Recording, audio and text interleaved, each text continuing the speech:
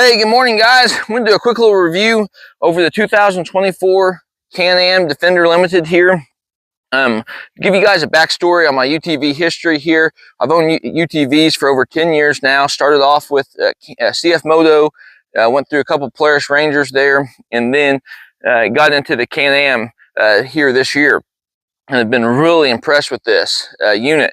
The reasons why I like to have UTVs is as your family grows, or if you have friends and family that are coming with you there, these UTVs are by far the best thing going, especially when you get into that bad weather and you want to stay out of it there. You know, I've still owned the CF Moto ATV that me and my girls, we absolutely love riding it there. But if we've got any more than 2 or 3 people going with us, then we're going to be rolling with the UTV here.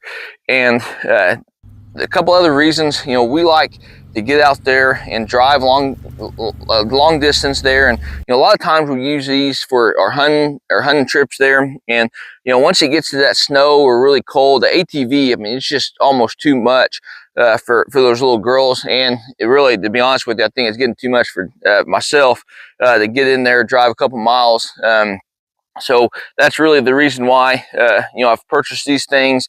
And also, in addition to, instead of hauling the tractor all the way down here or having to drive a truck back in here and you really can't get into some tight fitting spots, that's where this UTV can really play a role in regards to not only your hunting but also any kind of farm use there. But getting into this particular unit, it does sit on standard 30-inch tires there.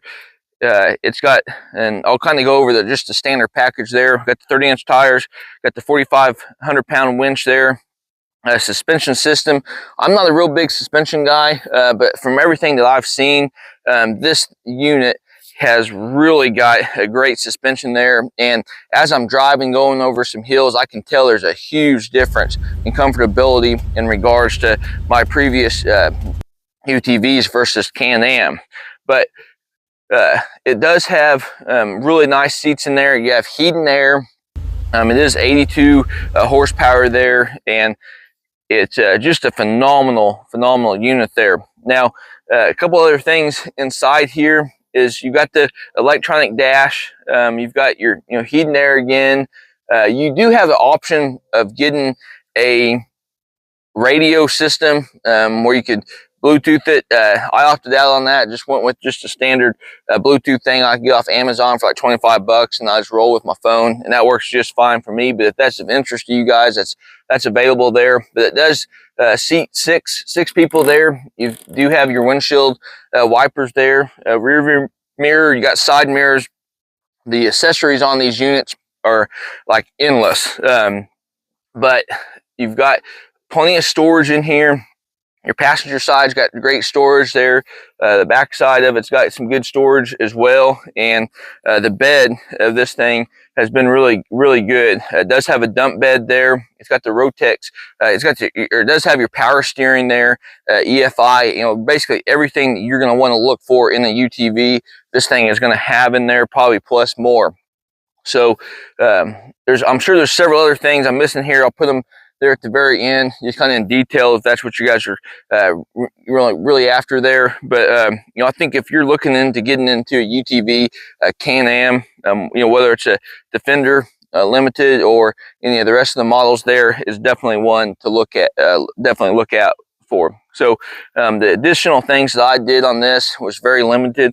Went ahead and tinted the windows, put the front light bar in there, and then 2 back light bars there. And probably before too long, I'm actually going to switch these lights to LED lights. That way it's all consistent LED up front. But other than that, rock solid unit. The tires, I believe they come standard 30-inch, but I think you can get up to 32, 33-inch tires on there if that's of interest to you. And again, it's just a rock solid unit there. I think the first oil change I got to do on this is like 2,000 miles on it, which was absolutely crazy to me compared to those past units there. So we're going to get on down the road, but I did want to do this little quick review on this particular unit, and hopefully you guys are getting out there in nature. Like always, best luck on your upcoming hunting and fishing trip.